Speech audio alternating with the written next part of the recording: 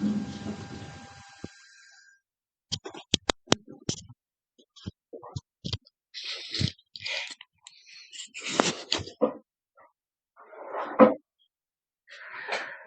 दोस्तों, शिखर क्लासेज में आपका स्वागत है। आइए हम जो हमारा सेशन लेके चलते हैं उसमें उसके सेशन को स्टार्ट करते हैं आज की नई क्लास के साथ। तो देखिए आज के मोटिवेशन थॉट के साथ में क्या लिखा है कि लोगों को अपने सपने कभी मत बताओ, क्योंकि लोग क्या है कि सुनना कम और देखना ज्यादा पसंद करते हैं। तो कभी अपने सपने किसी के साथ शेयर मत करो। आराम से उन सपनों के साथ 100% ईमानदारी से लगे और जिस दिन सक्सेस हो जाओगे तब लोग अपने आप देख लेंगे।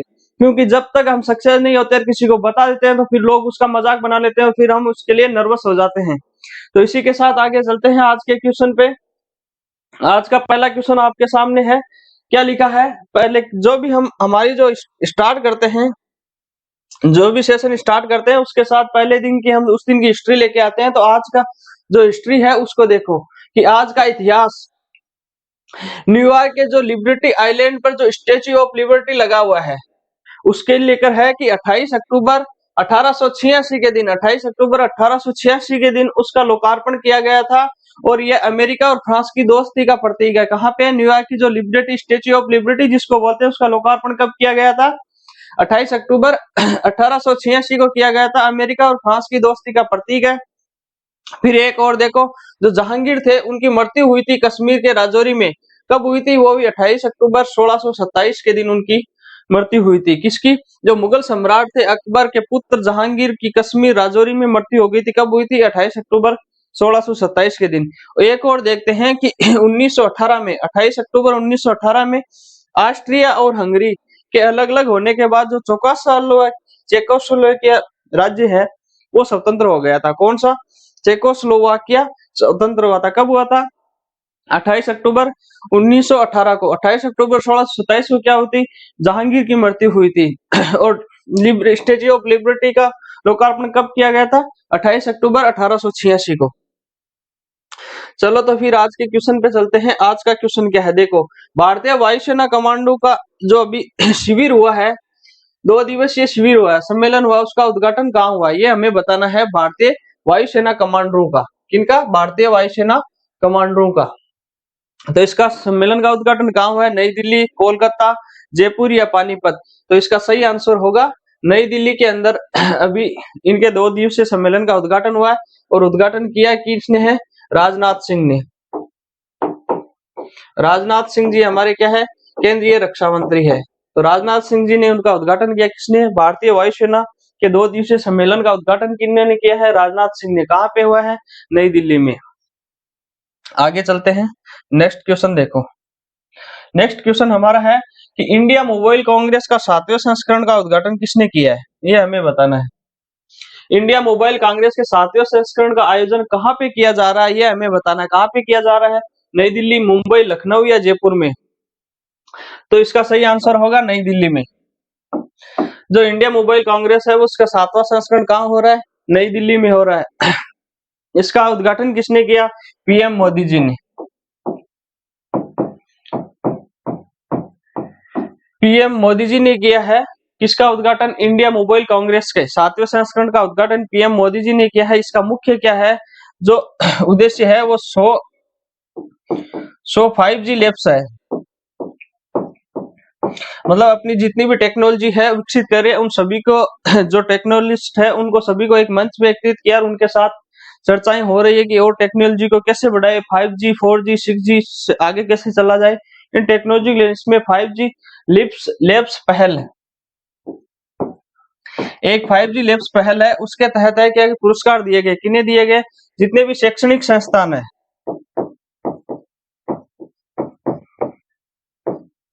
जितने भी शैक्षणिक संस्थान है उनको दिए गए। उनमें किसने? 100 5G लैब्स को दिए गए हैं। 100 5G लैब्स यूज कैसे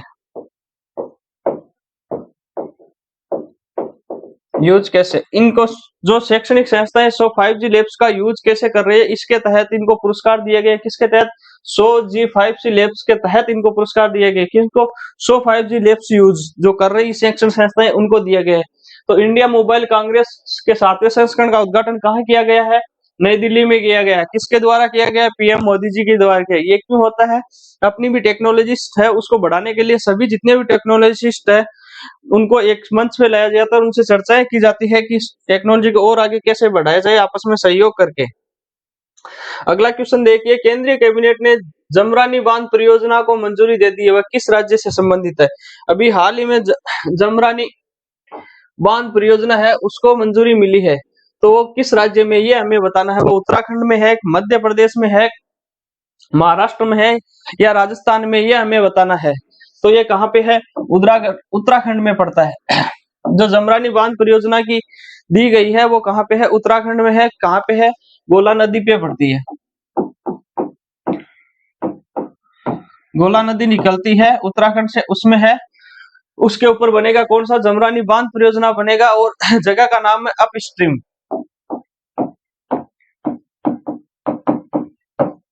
अपस्ट्रीम अपस्ट्रीम गोला नदी पे उत्तराखंड में क्या बनेगा? जमरानी बांध परियोजना का निर्माण होगा। उससे क्या होगा? हल्दीना के आसपास के क्षेत्र है, हल्दीना जो जगह है,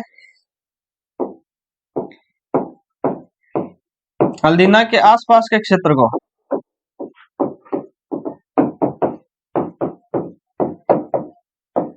आसपास के क्षेत्र को क्या मिलेगी? सिंचाई और पेयजल की सुविधा मिलेगी।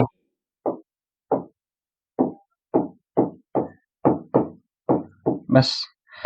जो अभी हाल ही में मंजूरी मिली है, किसे मिली है? जमरानी बांध परियोजना की मिली है। कहां पर है? उत्तराखंड में। कौन सी नदी पे है? गोला नदी पे। अब जगह का नाम अपस्ट्रीम है। इससे क्या फायदा होगा? वहां के जो हल्दीना क्षेत्र के आसपास के लोग हैं उनको सिंचाई और पेयजल की सुविधा मिलेगी। इंपॉर्टेंट है, ध्यान में रखना है क्वेश्चन।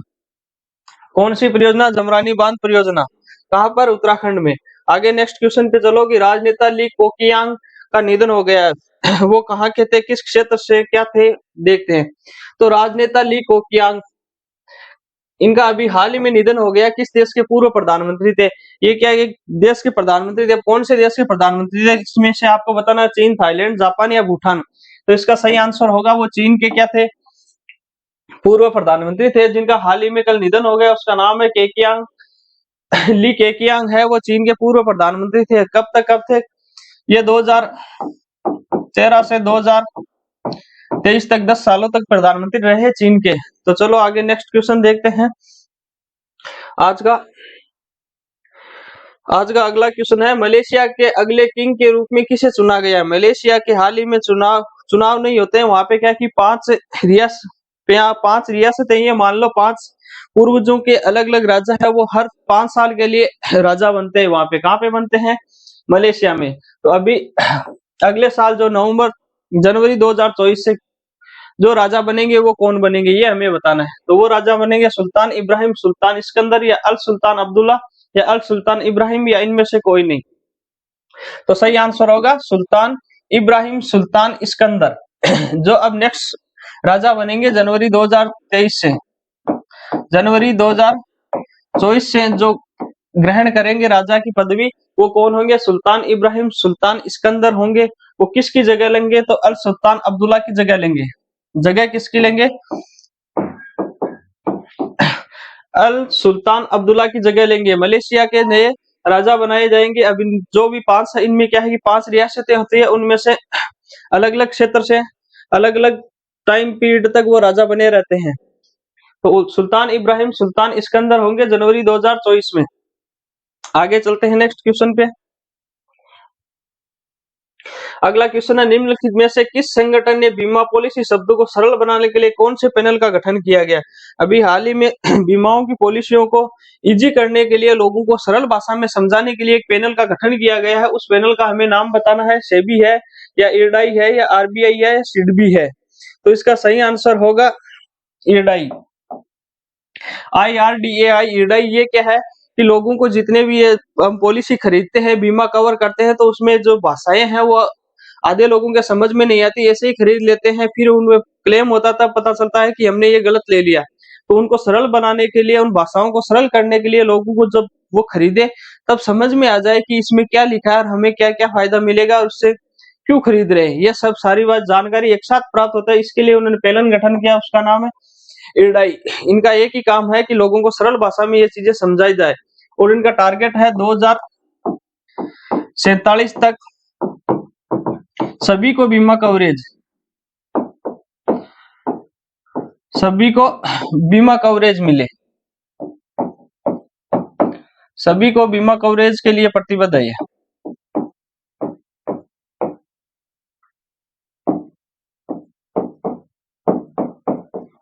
ये जो दो इनका टारगेट, आरडीए का टारगेट है 2047 तक जितने भी हमारे इंडियन है उन सभी को बीमा कवरेज के लिए प्रतिबद्ध है, सभी को बीमा मिले। लेकिन समझ में नहीं है उनकी भाषाएं सरल करने के लिए किसका संगठन, किसका स्थापना की गई है हमें बताना है, तो वो इरडाई है।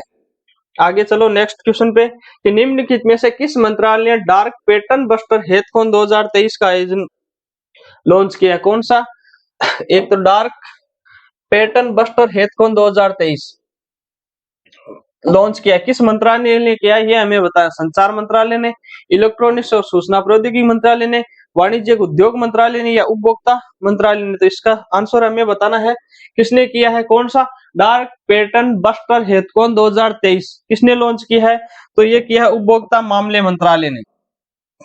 उपभोक्ता मामले मंत्रालय ने इसे लॉन्च किया है। किसको लॉन्च किया? डार्क पैटर्न बस्टर हेथफोन। इसका उद्देश्य क्या है कि ये जितने भी हमारे साथ भ्रामक विज्ञापन आते हैं, जो ऑनलाइन प्लेटफॉर्म है, उनसे हमें भ्रामक विज्ञापन दिखा के हमें ठगा जाता है, उन पे पाबंदी लगाने के लिए क्या किया है इन्होंने, ये लॉन्च किया। उपभोक्ता मामले मंत्रालय ने क्या लॉन्च किया? डार्क पैटर्न बस्टर हेथफोन 2023। इसके तहत यदि कोई ऐसी कंपनी है जो हमें भ्रामक विज्ञापन दिखाकर हमें फंसाया जा रहा है, उस पर कार्रवाई करके उसको डार्क पैटर्न बस्टर हेथ के तहत डाल दी जाएगी। इसलिए किसने किया? उपभोक्ता मामले मंत्रालय ने लॉन्च किया। क्या की है? डार्क पैटर्न बस्टर हेथफोन लॉन्च की है। उसके बाद नेक्स्ट क्वेश्चन देखो आज का, निम्नलिखित में से किस संगठन ने नई दिल्ली में भारत का पहला घरेलू निर्मित रेफरेंस लॉन्च किया? देखो कितनी अच्छी बात है, आत्मनिर्भर भारत के तहत भारत का पहला घरेलू निर्मित रेफरेंस फ्यूल क्या किया है? भारत का पहला घरेलू निर्मित रेफरेंस फ्यूल लॉन्च किया है। किसने किया ये हमें बताना। आईओएल, बीपीसीएल, एचपीसीएल या ओएनजीसी? तो इसका सही आंसर होगा आईओएल, इंडियन ऑयल लिमिटेड ने क्या किया है? भारत का पहला घरेलू निर्मित रेफरेंस फ्यूल लॉन्च किया है। अभी हाल ही में हमारे जो पेट्रोलियम एवं प्राकृतिक मंत्री है, पेट्रोलियम एवं प्राकृतिक गैस मंत्री, जो केंद्रीय मंत्री है पेट्रोलियम एवं प्राकृतिक गैस केंद्रीय मंत्री है, उन्होंने क्या किया? इसका लॉन्च किया। कौन है? हरदीप सिंह, हरदीप सिंह पुरी इनका नाम है। जो हमारे केंद्रीय पेट्रोलियम एवं प्राकृतिक गैस मंत्री है उनका नाम है हरदीप सिंह पुरी। इन्होंने क्या किया है? इंडियन ऑयल लिमिटेड का जो घरेलू निर्मित रेफरेंस फ्यूल है उसका लॉन्च किया है। किसने किया है? पेट्रोलियम एवं प्राकृतिक मंत्रालय के मंत्री है, केंद्रीय मंत्री हरदीप सिंह पुरी ने किया है। कौन सी कंपनी ने लॉन्च किया है? तो आईओएल, इंडियन ऑयल लिमिटेड ने इसको लॉन्च किया है। इसके बाद आगे चलते हैं, आज का जो नेक्स्ट क्वेश्चन है उसको देखते हैं। एक निम्नलिखित में से कौन सा व्यक्ति 15 नवंबर 2023 से राष्ट्रव्यापी जागरूकता अभियान विकसित भारत का संकल्प यात्रा शुरू करेगा? ये हमें बताना है। 15 नवंबर से होगी, स्टार्ट कब से होगी? 15 नवंबर से। क्या होगी? विकसित भारत संकल्प यात्रा शुरू करेगा। कौन करेगा? किसके लिए करेगा? तो राष्ट्रव्यापी जागरूकता अभियान है, एक पूरे राष्ट्र को जागरूक करने के लिए एक अभियान चलाया जा रहा है। कब से चलाया जा रहा है? 15 नवंबर 2023 से। कौन चालू करेगा? उद्घाटन कौन करेगा? वो हमें बताना है। कौन सी यात्रा के तहत? विकसित भारत संकल्प यात्रा के तहत शुरू होगी। तो कौन करेंगे? अमित शाह जी, नरेंद्र मोदी जी, या राजनाथ सिंह, या अर्जुन मुंडा? ये हमें बताना है। तो वो करेंगे नरेंद्र मोदी जी। इसका सही आंसर होगा नरेंद्र मोदी जी है, वो करेंगे 15 नवंबर 2023 से। कब करेंगे? कब से करेंगे? 15 नवंबर से करेंगे। इस दिन क्या है? बिरसा मुंडा इनकी जयंती है, बिरसा मुंडा की जयंती पर। यह कि आदिवासियों के लिए स्वतंत्रता की लड़ाई लड़ने वाले सेनानी थे बिरसा मुंडा। उनकी जयंती पे 15 नवंबर 2023 से विकसित भारत संकल्प यात्रा की शुरुआत करेगा राष्ट्रव्यापी जागरूकता अभियान होगा, कौन करेंगे? पीएम मोदी जी करेंगे। इसके बाद आगे नेक्स्ट क्वेश्चन पे चलते हैं। देखो, आज का लास्ट और सबसे अच्छा क्वेश्चन है, इंपॉर्टेंट क्वेश्चन मानना, क्योंकि अभी हाल ही में अंतर्राष्ट्रीय वर्ल्ड एनर्जी आउटलुक 2023 की रिपोर्ट जारी की गई है। वर्ल्ड एनर्जी आउटलुक 2023 रिपोर्ट जारी की गई है, जिसमें बताया गया है कि कौन से देश क्या कितनी एनर्जी या कितना कार्बन डाइऑक्साइड उत्सर्जित करेंगे, कितनी एनर्जी के वो उत्पादन करते हैं, उसके हिसाब से उनका इनमें जो कथन है सही नहीं है, वो हमें बताना है। कौन कितने कथन दिए गए हैं? 3 कथन दिए गए। पहला है, भारत का औद्योगिक क्षेत्र 2050 तक 30% कम कार्बन डाइऑक्साइड करेगा। 2050 तक क्या करेगा? 30% कम कार्बन डाइऑक्साइड का उत्सर्जन करेगा। फिर यात्री गाड़ियों के प्रति किलोमीटर चलने पर 25% कम ऑक्सीजन कार्बन डाइऑक्साइड उत्सर्जित करेगा। कहने का मतलब उन्होंने बताया कि 2050 तक भारत है वो 30% से भी कम है, वो कार्बन डाइऑक्साइड का उत्सर्जित करेगा। और यात्री गाड़ियां हैं वो प्रति किलोमीटर के हिसाब से 25% कम कार्बन डाइऑक्साइड ऑक्साइड का उत्सर्जित करेगी। तो हमें ये बताना है। फिर बताया, भारत आईए के एसोसिएशन देशों का हिस्सा है। इनमें से गलत कथन कौन सा है, हमें बताना है। तो इसमें से गलत कथन क्या है? इसमें भारत औद्योगिक क्षेत्र 2050 तक 30% से भी कम कार्बन डाइऑक्साइड का उत्सर्जित करेगा, ये राइट आंसर है। फिर जो प्रति किलोमीटर गाड़ियां चलने पर 25% से भी कम कार्बन डाइऑक्साइड का उत्सर्जित करेगा, ये भी राइट आंसर है। फिर बताया कि भारत आईईए के एसोसिएशन देशों का हिस्सा है, तो ये गलत आंसर है। क्यों है? क्योंकि हाल ही में अभी यह इनका हिस्सा नहीं है आईईए का। इसको आमंत्रित किया गया, भारत को हाल ही में आमंत्रित किया गया है कि आप हमारे साथ आइए, मिलिए और हमारा हिस्सा बनिए। जो हमारी वर्ल्ड एनर्जी आउटलुक रिपोर्ट ने कहा है कि आप भी हमारे जितने ये देश हिस्सेदारी ले रहे हैं, आप भी हमें कुछ सुझाव दीजिए, हमारे साथ मिलकर काम करिए। जलवायु परिवर्तन के मुद्दे पे जितने भी ये कार्बन डाइऑक्साइड का उत्सर्जन कैसे कम किया जाए, इसके साथ हमारे साथ आइए, हमारे प्लेटफॉर्म पे आइए और हमारे साथ आपके विचार साझा कीजिए और कैसे काम करना है कुछ सुझाव दीजिए और हमारे साथ काम किए। इसलिए आमंत्रित किया भारत को। भारत अभी क्या है? आमंत्रित देश ही है। भारत को आमंत्रित, इसके एसोसिएशन का हिस्सा नहीं है, ये गलत है। बाकी दोनों सही है। भारत 2050 तक 30% कार्बन डाइऑक्साइड को उत्सर्जित करेगा और 25% कम है वो यात्री गाड़ियां प्रति किलोमीटर से कार्बन डाइऑक्साइड का उत्सर्जित करेगी। तो ये इंपॉर्टेंट क्वेश्चन है, इसको ध्यान में रखना। आज का सेशन यहीं पे कंप्लीट होता है। एक बार रिवाइज कर लो। वर्ल्ड एनर्जी आउटलुक 2023 रिपोर्ट से संबंधित में भारत 2025 तक कितना करेगा? 30% कम कार्बन डाइऑक्साइड उत्सर्जन करेगा। फिर 25% कम कार्बन डाइऑक्साइड उत्सर्जित कौन करेगी? यात्री गाड़ियां प्रति किलोमीटर में। कौन सा व्यक्ति 15 नवंबर 2023 को विकसित भारत संकल्प यात्रा शुरू करेंगे? तो मोदी जी।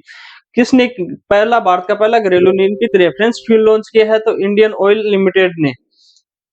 किस मंत्रालय ने डायरेक्ट पैटर्न बस्टर हेथकॉन 2023 लॉन्च किया है? तो उपभोक्ता मामले मंत्रालय ने। किस संगठन ने बीमा पॉलिसी शब्दों को सरल बनाने के लिए कौन से पैनल का गठन किया है? तो है इरडाई। फिर मलेशिया के अगले किंग के रूप में किसे चुना जाएगा? सुल्तान इब्राहिम सुल्तान इस्कंदर को। उसके बाद देखो, राजनेता ली कोकियांग का निधन हो गया है, किस देश के पूर्व प्रधानमंत्री थे? तो वो चीन के थे। केंद्रीय अभी जमरानी बांध परियोजना किससे संबंधित है? उत्तराखंड राज्य से संबंधित है। उसके बाद इंडिया मोबाइल कांग्रेस का जो 7वां संस्करण हो रहा है वो कहाँ पे हो रहा है? नई दिल्ली में। उद्घाटन किसने किया है? नरेंद्र मोदी जी ने। फिर भारतीय वायुसेना के कमांडो का 2 दिवसीय सम्मेलन हाल ही में आयोजन किया गया, कहाँ पे किया गया? नई दिल्ली में। इसका उद्घाटन किसने किया है? राजनाथ सिंह जी ने। फिर आज का इतिहास हमने देखा था कि स्टेच्यू ऑफ लिबर्टी है, उसका लोकार्पण 28 अक्टूबर 1886 को हुआ था और 28 अक्टूबर 1627 को जहांगीर की कश्मीर के राजौरी में मृत्यु हुई थी। 28 अक्टूबर 1918 के दिन ऑस्ट्रिया और हंगरी जब अलग अलग हुए थे, तब चेकोस्लोवाकिया क्या हुआ? वो भी एक स्वतंत्र राज्य बन गया था, देश बन गया था।